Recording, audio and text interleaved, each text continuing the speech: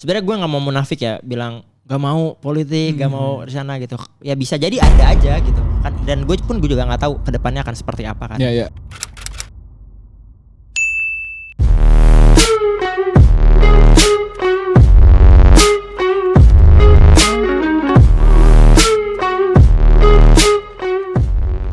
Balik lagi di podcast MBC, mudah berbagi cerita bersama dengan gua Mujab dan gue Bantet. Hari ini kita ada tamu spesial sekali, Jab.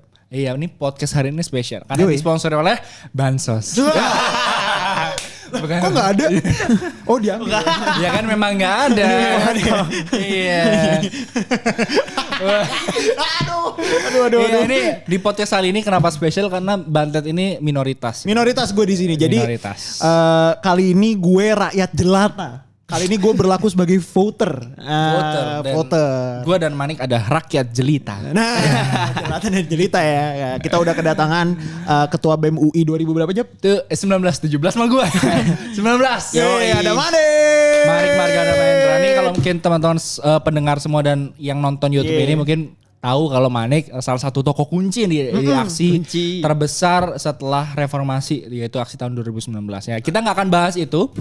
Kita akan lebih bahas tentang siapa sih itu Manik Margana Mahendra. Karena kalau mau lihat aksinya di YouTube banyak. Di YouTube banyak, di acara-acara lain seperti Mata terus Indonesia itu ada gitu, semua jadi kalian bisa nonton Manik di situ. Manik situ. Nah, Manik ini nih Tet ya, sebelum kita nanti ngobrol banyak sama Manik nih ya.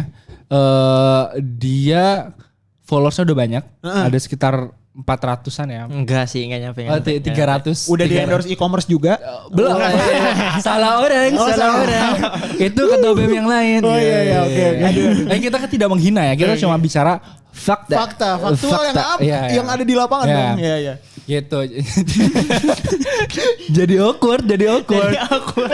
Nah, Manik ini meskipun ya populer gitu ya, dicintai oleh remaja-remaja. Pokoknya idola remaja sejauh Bali lah minimal. Idola cilik lah. Jadi dan juga Instagram udah centang biru, tapi dia tidak menggunakan itu, Ted. Untung centang biru aja bukan garis biru. Waduh, takut ya. Urusan personal. Kita open minded aja. Tidak menggunakan itu untuk, kan biasanya gampang banget kan sekarang, cari duit sebagai influencer kan, bisa endorse, bisa bikin konten-konten dan lain sebagainya. Tapi Manik memilih menggunakan platform media sosialnya sebagai ajang edukasi. Edukasi. Gitu. Benar. Sejauh ini sih ya, sampai ini direkam, kayaknya dia nggak endorse. kita nggak tahu. Nah, si Manik ini menariknya. Ini mungkin sedikit dari anak muda yang peduli terhadap daerahnya. Meskipun sebenarnya nggak jauh-jauh banget sih dari daerahnya Jakarta. Nggak jauh banget. Dari ya Bogor lah, masih akses KRL. Tapi uniknya dia bikin satu komunitas namanya Tata Muda. Ya. Terinspirasi sama Roy Mairama ya. Apa tuh? Tata Muda. Tata. Beda ya. Manik gimana Nek? Sorry, selamat datang Manik Margana Mahendra. Halo, selamat. Ini apa nih ya? Siang sama aja nanti kan siang. Tergantung yang nonton, ada yang malam, ada yang habis tahajud. Beda-beda ya. Ya halo Bang Mujab sama Bang Bantet ya. Iya. Salam kenal, gue Manik. Terus apa lagi nih tadi? Tadi lu membangun komunitas namanya Tata Muda. Itu komunitas apa dan kenapa lu di saat lu sudah bergelimang popularitas ya kembali membumi gitu. Padahal tuh secara strata sosial lu di sini. Ini di sini kan. Iya kan centang biru tuh di sini nih. Padahal lu bisa gampang banget hello good morning gitu ya. Atau tiap hari tuh staycation lu biasa yang buka selimut terus kemudian muter-muter gitu ya. Di Priok. Bukan New York. Priok. Gimana? Oke ya, jadi nggak tahu sih populer apa enggak, cuman kalau balik lagi ke Bogor sebenarnya juga nggak balik-balik banget karena awalnya memang kita pengen punya komunitas yang fokusnya di kota gitu ya, di kota Bogor. Karena mayoritas teman-teman yang ngebangun itu juga orang-orang Bogor dan kebetulan kebanyakan dari UI ya. Jadi teman-teman kan abis nge-BEM tuh kita juga pengen maksudnya nggak berhenti lah gitu. Udah biasa sibuk gitu ya. Iya pengen apa ya? Seenggaknya ada kebermanfaatan ya. Iya. Baik-baiknya. Cuman akhirnya kita milih balik lagi ke Bogor karena kita ngerasa kayaknya Bogor nih kota satelit, tapi nggak banyak orang-orang yang kemudian mau balik lagi gitu. Akhirnya ya udah fokus aja di Jakarta, fokus di pusat gitu. Sementara daerahnya ya udah kayak gitu. Bogor buat tempat tidur doang ya. Iya kan Witten Resort kan gitu. Witten Resort buat tempat peristirahatan itu. Oh iya ya. Oh gue baru tahu nih. Iya itu kan artinya. Gue baru tahu. Makanya gue diam aja. Baru nih Bogor nih. Ya tapi dari situ kita berniat untuk kayaknya banyak juga orang-orang keren nih di Bogor yang mungkin bisa ngebantu dan ngembangin Bogor. Contohnya lu ya. Enggak bilang. Sombong banget ya. Kalau gua jadi dia kayak ya contohnya gua. Kenapa emang? Bener-bener. Ya iri lu centang biru. Iri, bilang bos. Cuma ini kan Manik Margana Mahendra ya. Rendah hati ya. Lanjut nih. Ciu.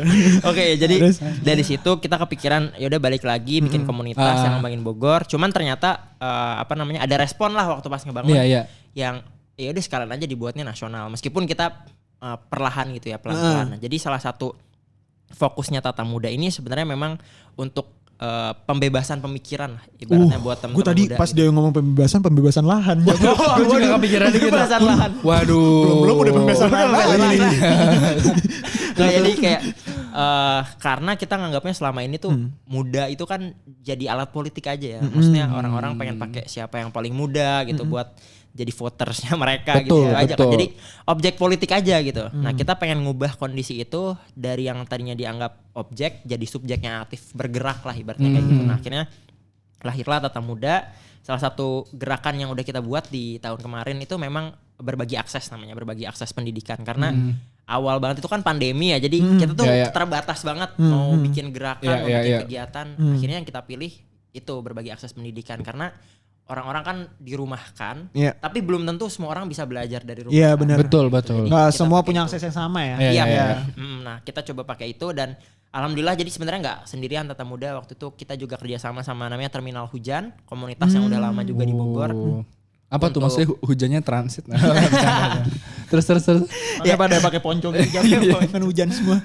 Itu apa ya komunitas, boleh ceritain nggak Terminal Hujan? Terminal Hujan itu fokusnya di pendidikan ya memang pendidikan kayak sekolah untuk teman-teman yang ada di daerah sekitar Kota Bogor gitu yang dibantu untuk belajar, ada kakak asuhnya gitulah semacam kayak gitu dan kita coba bagus. Asik ya. Ya. Tapi sampai ya meskipun akhirnya dari basisnya anak Bogor gitu ya, terus kemudian meluaskan manfaat di tingkat nasional gitu ya. Memang berarti komposisinya masih banyak anak-anak Bogor ya. Sejauh ini masih kebanyakan anak Bogor ya. Bogor. Jadi sebenarnya yang awalnya lokal gitu ya, menyasar masalah lokal di Bogor, tapi sekarang jadi berubah menjadi wadah bagi anak-anak Bogor gitu untuk bisa berkontribusi secara luas. Benar. Karena toh pas waktu kita lihat juga dan kita coba analisis polanya tuh sama. Jadi barangkali setiap kota atau daerah itu punya permasalahan yang cukup sama, tinggal kita pakai aja metodenya sama nih nanti. Misalnya kita tuh pengennya kegambarnya ada Tata Muda di Bogor terus daerah lain gitu. Jadi kita bisa saling koneksi lah. Depok itu harus bikin. Gue punya teman orang Tegal, dia sibuknya di Jakarta. Aduh, dia nggak balik ke sana. Nggak tahu lah ya. Ada sih teman gue juga. Dia balik Tegal bikin komunitas juga namanya Ruang Tegal Muda. Ini juga orang yang sama ya. Oke, memfitnah. Tapi memang gini, kenapa menarik nih Tata Muda ya? Oke, gue dari Tegal, dari jauh dari Jakarta gitu ya, dan memang pada saat tahun-tahun itu ya tahun 2016 sampai sekarang mungkin ya ada tren sebenarnya anak-anak muda yang dari daerah terus kemudian ke Jakarta dia pengen bikin sesuatu buat daerahnya. Makanya banyak komunitas-komunitas tuh Ruang Tegal Muda, nih kayak komunitas gua. Terus juga ada Wonosobo Muda. Yang dulu pulang kampung di Sumbar. Itu Wonosobo Muda dijawab rapatnya di Dieng. Iyalah benar juga. Jadi kita hari ini mereka udah canggih cuy. Makan carica. Sama carica. Nah, jadi udah jadi tren. Nah, tapi yang bikin unik komunitasnya Manik nih anak-anak Jabodetabek cuy. Mereka dia tuh bisa ngumpulin, tentu bukan Manik sendiri ya, tapi dengan teman-temannya lain dia bisa ngumpulin anak-anak perkotaan yang gue nggak tahu ya risetnya kayak gimana. Cuma asumsi gue anak perkotaan tuh ikatan dia nggak punya ikatan kolektif sekuat anak-anak daerah. Jadi kayak lebih sifatnya individualistik. Tapi dia bisa membentuk komunitas itu dan menjadi wadah bagi anak-anak Bogor untuk bisa ngasih sesuatu.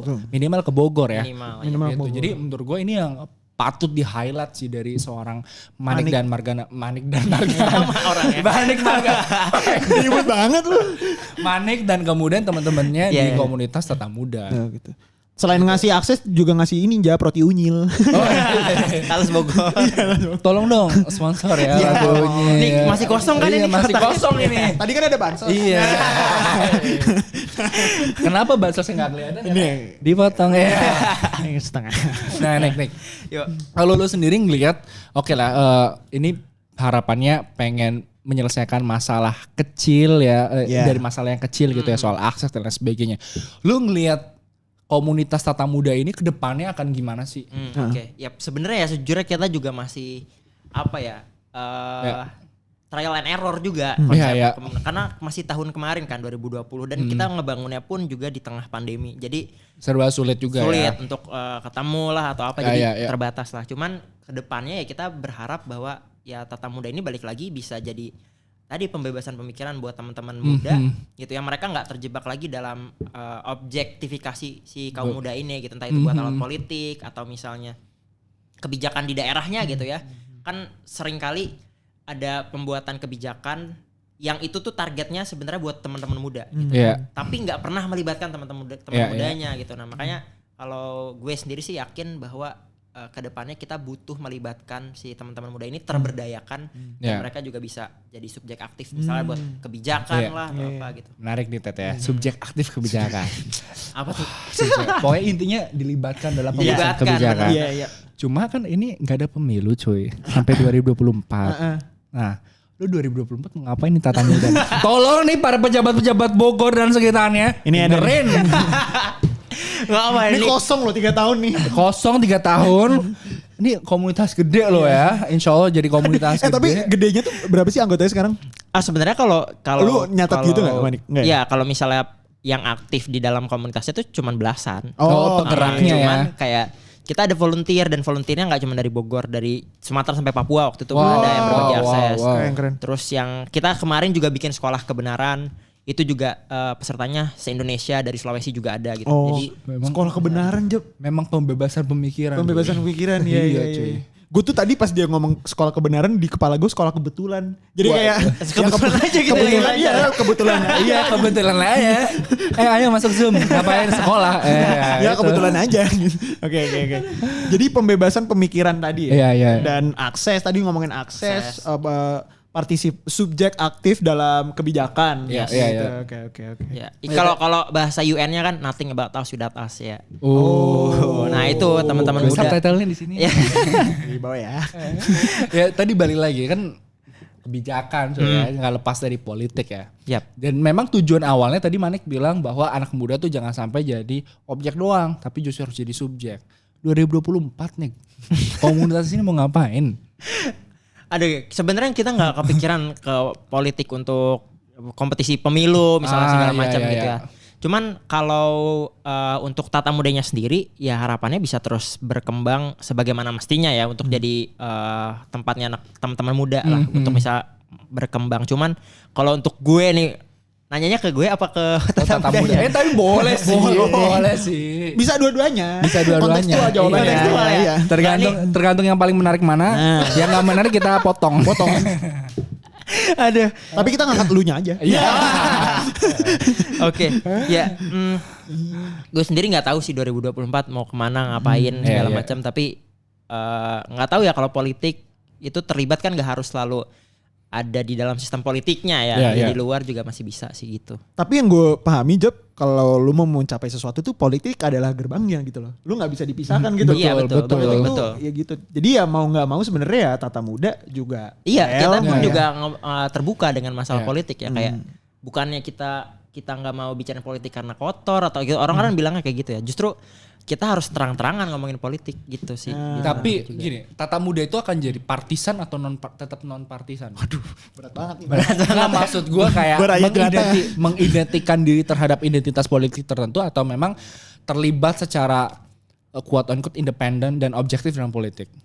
Yang kedua sih. Yang kedua ya. Non partisan. Jadi ya memang kita punya stance kita sendiri gitu terhadap apapun. Jadi siapapun nanti nih misalnya yang berkontestasi dalam politik, ya kita mengajukan gagasan kita menyampaikan apa yang menurut kita penting gitu. Jadi siapapun yang menang ya intinya kepentingan teman-teman muda nggak boleh cuma diobjektifikasi gitu, tapi harus dijalankan gitu. Lu boleh share gak sih Manik kalau misalnya gue kan lama tinggal di Jakarta, di Tangsel lah gue tinggal ya. Gue tuh jangan ngaku Jakarta lu. Tangsel. Maaf Bu Airin. Ya di Tangsel dan maksudnya kalau gue tahu Bogor tuh ya gue ngeliatnya adem-adem aja, tapi sebenarnya apa sih isu yang mungkin buat pemudanya lagi lumayan rame gitu. Apa selain isu padat pembangunannya, selain padat angkot yang warna biru itu, biru apa hijau sih? Hijau itu. Maksudnya apa sih yang lagi sedang Tata Muda tuh lagi pengen berusaha capai gitu. Isu apa yang berusaha di-solve ya, di Bogor gitu. Selain roti unyil tadi ya. Matalas Bogor. Sebenarnya kita belum spesifik kalau misalnya yang di Bogornya tadi, kalau selain dari pendidikan gitu ya, kita masih fokusnya di sana. Cuman kalau bisa dibilang apa aja yang jadi bahasan, nah ini dia tadi yang gue bilang gitu, teman-teman muda Bogor ini akhirnya kan ke Jakarta gitu. Ya kita tapi gue bisa bilang juga sebenarnya banyak juga teman-teman yang muda itu di Bogor ya, kayak misalnya ada Bogor Mengabdi gitu teman gue juga. Dan itu lumayan banyak dan gue sangat berterima kasih sama mereka ya. Mereka juga fokus di sana. Jadi ada ya semacam isu kebencanaan kah mungkin misalnya kalau misalnya ada masalah, dan angkot sih sebenarnya juga termasuk salah satu ya, karena tata itu kota juga gitu ya. Iya, masalah tata kota segala macam, mungkin ada perbaikan atau baruan di Kota Bogor. Kan Bogor sendiri kalau kotanya ya itu kan kecil banget sebenarnya. Kecil banget, dan tengah-tengahnya juga istana ya kan. Nah, itu bisa jadi politis. Tadi ngomong istananya agak bernada Jab. Iya. Gak apa-apa. Memancing ya. Teman main Jan Etes. Kasih makan kancil ya. Iya. Sorry gue mau rusak. Jadi ya banyak isunya, dan pasti juga sebenarnya juga deket sama yang ke pusat gitu ya. Tapi gak bisa dipungkiri ada juga isu-isu lokal, kayak misalnya keberagaman mungkin di Bogor juga kan tahu ada kampung Arab, kampung Cina gitu segala macam, dan kampung Tegal ada nggak di situ? Silakan bikin sendiri kampung Tegal. Ada warteg, ada banyak kalau warteg. Ini fun fact ya. Di Tegal nggak ada warteg. Oh ya. Adanya warung Bu siapa? Warung nasi. Iya di Tegal. Itu di Tegal tuh warteg. Oke lanjut. Tapi di Bogor ada asinan Bogor loh. Hah? Oh iya. Iya. Bukan asinan. Soalnya narsis aja Jab. Narsis aja ya. Begitu mereka. Terus. Ya apalagi berarti. Oh iya, lu ini wali kota sekarang kan udah 2 periode. Iya betul. Udah 2 periode. Barangkali kan ya Manik pengen menggantikan apa? Kan minimal 25 tahun ya kalau nggak salah. 25 jadi wali kota. Lu umur berapa sekarang? 24. 24 bisa lah. Bisa 3 tahun. Ini partai. Aduh, Tata Muda nih. Aduh. Lu terlepas dari 2024 atau kapanpun ini, secara personal nih, seorang Manik Margana Mahendra yang memang udah terlibat dalam kegiatan politik nih sejak nge-BEM, lu tertarik gak sih buat terjun ke dunia politik? Oke, menarik ya. Sebenarnya gue nggak mau munafik ya, bilang gak mau politik, gak mau di sana gitu. Ya bisa jadi ada aja gitu kan. Dan gue juga nggak tahu kedepannya akan seperti apa kan. Jadi kalau dibilang apakah tertarik atau ada, ya bisa jadi ada. Cuman kalau misalnya sekarang belum ke sana sih. Maksudnya belum arahnya ke sana, karena gue masih mikir ini komunitas pengen berkembang dan lebih ke pendidikan sih kalau sekarang ya. Oke, jadi pendidikan dulu Jab. Jadi orang tuh dididik di propaganda. Monik. Bukan. Dia masuknya nanti perlahan gitu. Jadi kayak doktrin ya gue. Ada nyusup gitu. Kalau anak SD kan Budi pergi ke pasar, nanti diganti Manik pergi ke pasar. Poin nama di soal-soal itu jadi kayak suatu saat nanti Manik nyalon gitu. Manik. Kayaknya pernah lihat di soal. Cewek-cewek kan ini bukan aksesoris, ini manik-manik. Aduh. Sistematis sekali. Apa tapi TSM?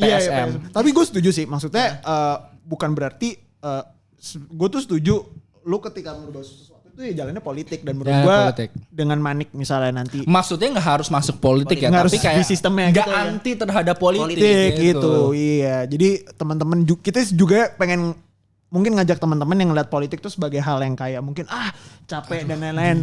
Tapi itu sebenarnya gerbang untuk mencapai sesuatu. Semua perubahan itu ya. Semua perubahan politik. Gitu. Harga baju Uniqlo yang lu beli itu ada pajaknya tuh yang ditentukan oleh keputusan politik. Ya, emang betul. Politik tuh lebih banyak menggelitik aja.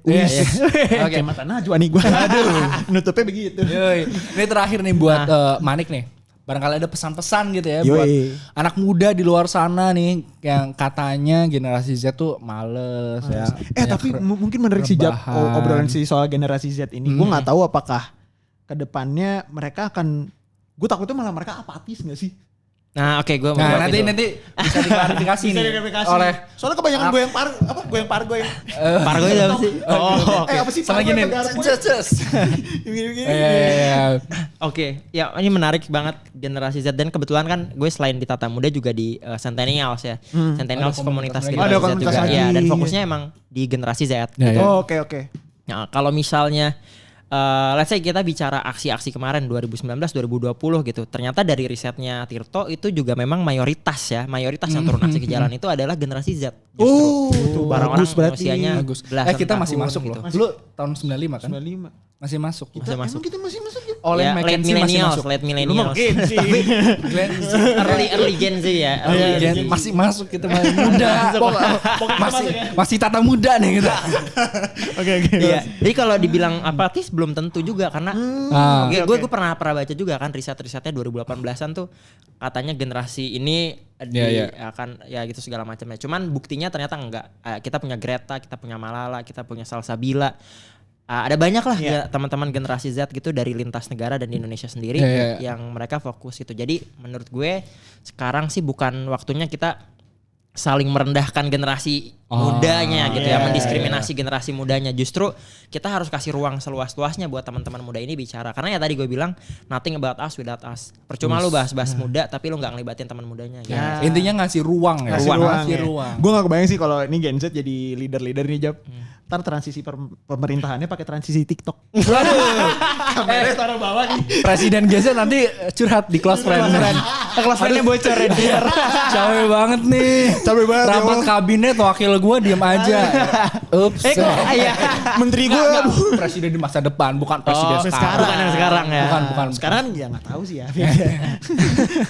Oke, thank you banget buat Panik buat nyempetin waktunya. Semoga apapun ya langkah kedepannya bisa kasih manfaat dan tadi ya perjuangan bersama ya, harapan bukan cuma perjuangan Manik dan Tata Muda doang, tapi perjuangan kita semua untuk bisa ngasih ruang nih supaya ada ruang buat berekspresi anak muda terutama generasi Z. Gitu. Lu kalau mau promosi boleh banget Manik. Oke, jangan lupa follow @tata.muda dan @centennials.id dan @margana Margana Mahendra. Biar bisa swap. Udah biar followersnya M. Thank you banget buat teman-teman semua. Jangan lupa follow, like, and subscribe podcast MBC. Kita bertemu di episode selanjutnya. Dadah. Bye.